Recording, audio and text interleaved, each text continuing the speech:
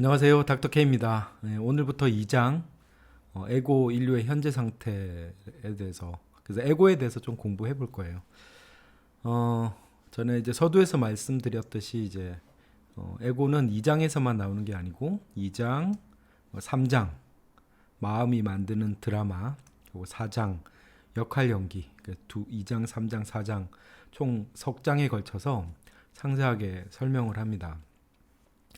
어, 저는 이제 지금부터는 이 책을 뭐 이렇게 하나하나 문장을 보는 것도 좋지만 여러분들이 이제 책을 읽어 가실 때 좀 핵심이 될 만한 그래서 중심을 잡을 만한 핵심 개념들을 좀 알려드리려고 해요. 안 그러면은 책이 그냥 전에 말씀드렸던 것처럼 좋은 말씀처럼 그냥 들리거든요. 그래서 우리가 어떤 개념이 어떤 체계가 서려면 어떤 뼈대가 튼튼해야 되기 때문에 특히 이 에고라는 단어는 우리가 일상생활에서 쓰는 단어가 아니잖아요. 그래서 이 에고를 이해하기 위해서 필수적인 키워드들을 중심으로 이제 설명을 드리면 여러분들이 이제 그걸 이 제가 말씀드린 단어 키워드를 가지고 뭐 이 영상을 반복해서 보셔도 좋고 같이 책을 읽거나 또 다른 책을 읽으실 때도 이런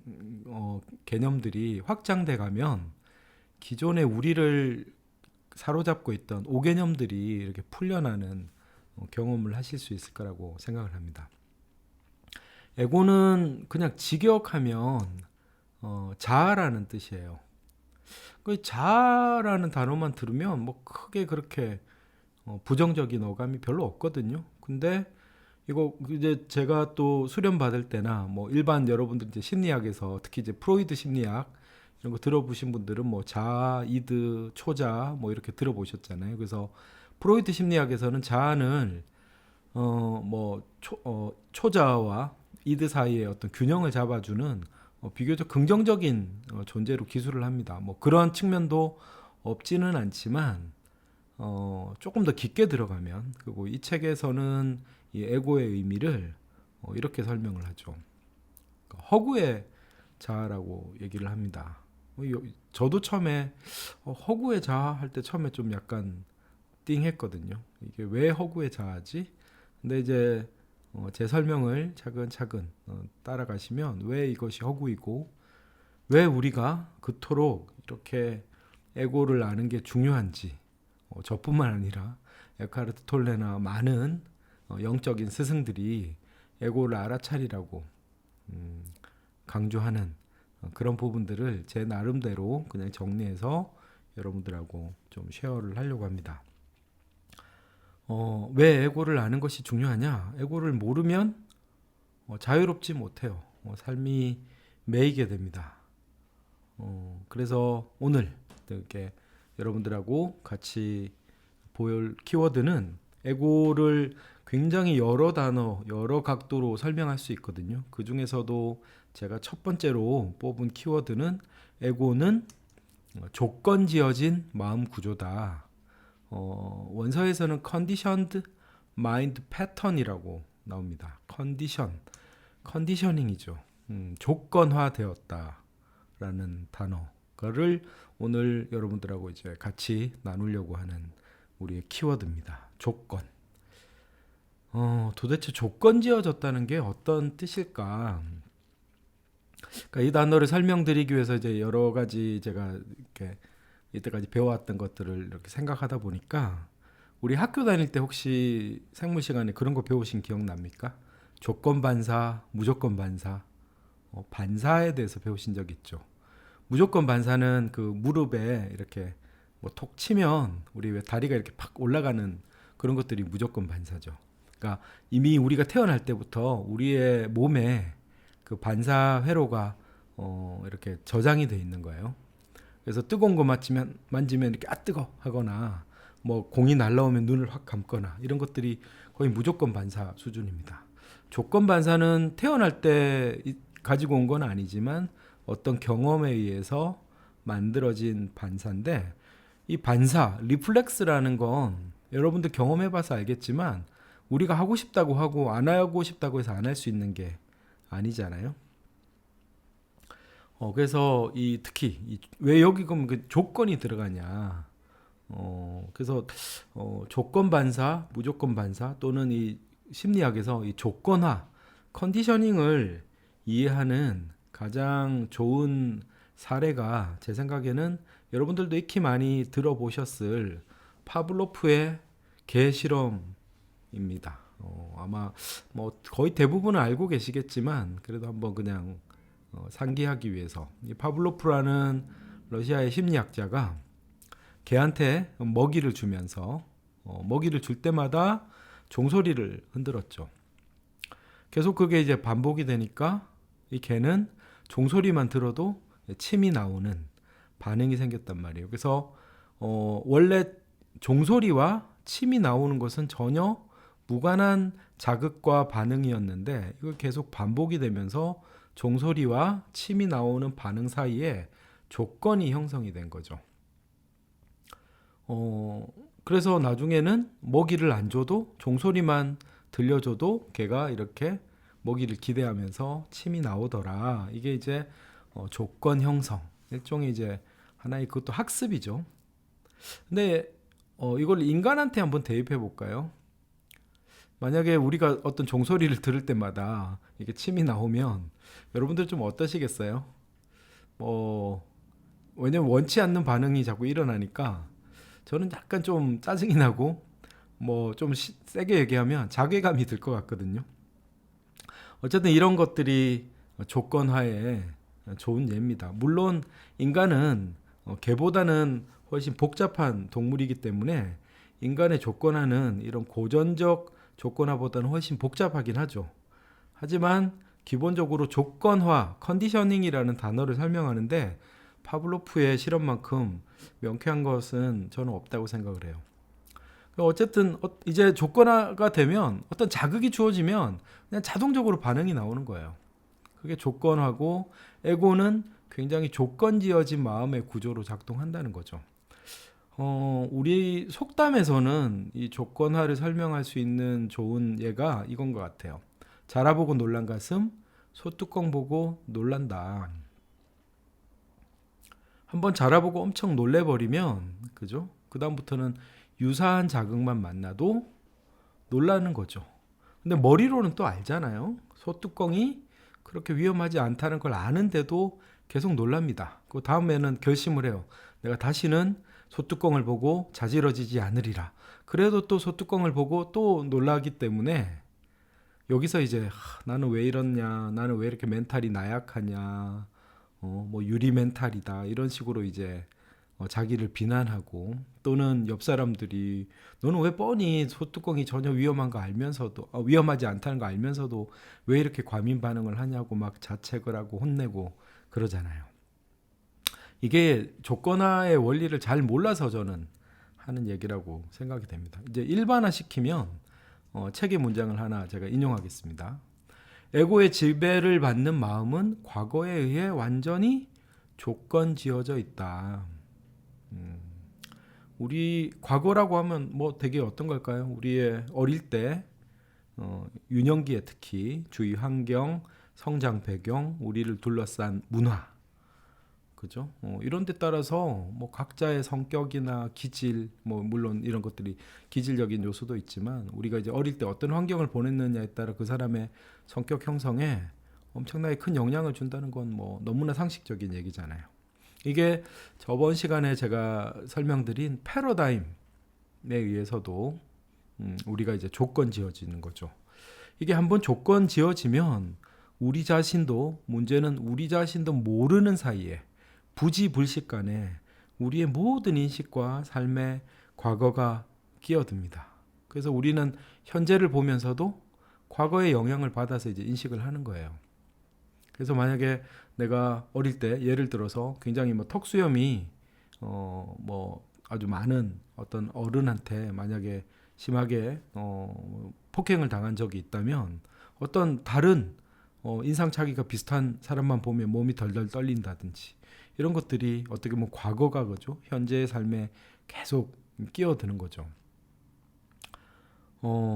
그래서 뭐 여러 가지 예가 있겠지만 뭐 원치 않게 그래서 어떤 자극이 딱 주어지면 나도 모르게 거의 반사적으로 반응이 일어나고 그 반응이 훅 나오고 나서는 내가 왜 그랬지 하고는 막 다르게 다시는 그러지 말아야지 하고 다르게 살려고 우리 막 용을 쓰잖아요. 근데 결국은 아무리 용을 써도 결국은 제자리로 돌아온 느낌.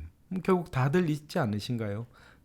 특히 뭐 많이 실패하는 게 다이어트, 연초에 이제 연말인데 연초에 새로운 계획 세우기, 뭐 금연 이런 것들이 왜 그렇게 우리가 깨기 쉽지 않냐면 굉장히 조건화의 힘이 강력하거든요. 물론 사람마다 이 조건화의 강도는 조금 다를 거예요. 그리고 얼마나 일찍 그 조건화가 일어났느냐에 따라 그러니까 5살 때 조건화가 강력하게 일어났느냐 15살 때 일어났느냐는 저는 좀 차이가 꽤 클 거라고 생각을 합니다. 그래서 물론 사람마다 정도 차이는 당연히 있지만 우리 어느 누구도 조건화로부터 완전히 자유로운 사람은 없죠. 결국 이 인생의 이 무한 반복의 굴레, 반복되는 이 굴레의 문제를 풀려면 일단 우리가 조건화되어 있다는 것을 인지해야 됩니다. 그리고 당장은 이 조건화를 멈출 수 없다. 이거를 우리가 인정하는 게 되게 중요합니다. 근데 우리가 조건화될 당시에 우리 선택권이 없었잖아요. 굉장히 너무 어렵고 또 대부분의 조건화는 부지불식간에 들어오거든요. 뭐 우리의 이성이나 판단력이 작동하기 전에 그 어떤 우리의 마음판에 거의 깔려 버리는 거죠. 그런 의미에서 우리가 대부분 가진 이 조건화들은 그냥 뭐 무의식적인 거라고 봐도 좋을 것 같아요. 그리고 또 하나 제가 강조드리고 싶은 건 이 조건화된 이 어떤 패턴, 이걸 뭐 어떻게 보면 습관이라고도 볼 수 있는데 이걸 깨는 거를 자꾸 이제 의지의 문제라고 생각하시는 분들이 굉장히 많거든요. 근데 그렇게 단순하지가 않습니다. 그 개가 만약에 생각이 있어서 나 이제 다시는 종소리 듣고 침 흘리지 않을 거야. 이렇게 결심한다고 해서 침이 안 나오는 게 아니에요. 우리가 여러분들 한번 잘 요 실험을 같이 해볼까요? 자, 이제 한번 여러분들이 아주 새콤한 레몬을 머릿속으로 한번 떠올려 보세요. 아니면 눈을 감고 그 레몬을 이렇게 입으로 이렇게 뭐 빠는 장면을 한번 상상해 보셔도 좋습니다. 진지하게 이 실험에 참여하시면 대부분의 분들이 입안에 침이 고이는 게 느껴질 거예요. 실제 우리는 레몬을 전혀 지금 먹거나 냄새 맡지 않는데도 레몬을 떠올리고 생각하는 것만으로도 이미 우리 입안에 침이 고이게 돼 있거든요. 이게 과연 우리 의지의 문제인가요? 그렇지 않습니다. 그래서 내가 나약하다, 내가 의지 박약이다 이렇게 접근하면 안 되고요. 그러면 도대체 어떻게 풀어야 되냐? 그럼 조건화의 반대말은 뭘까요? 조건화를 푸는 것. 그래서 이제 탈조건화라고 할 수 있겠죠. 아까 컨디셔닝이라고 했으니까 디컨디셔닝이라는 용어를 쓸 수 있는데 탈조건화를 할 수 있는 지혜와 요령을 터득해야 돼요. 우리가 뭐 특히 어떤 뭐 물건 만질 때도 잘 모를 때는 막 힘으로 하려고 그러잖아요.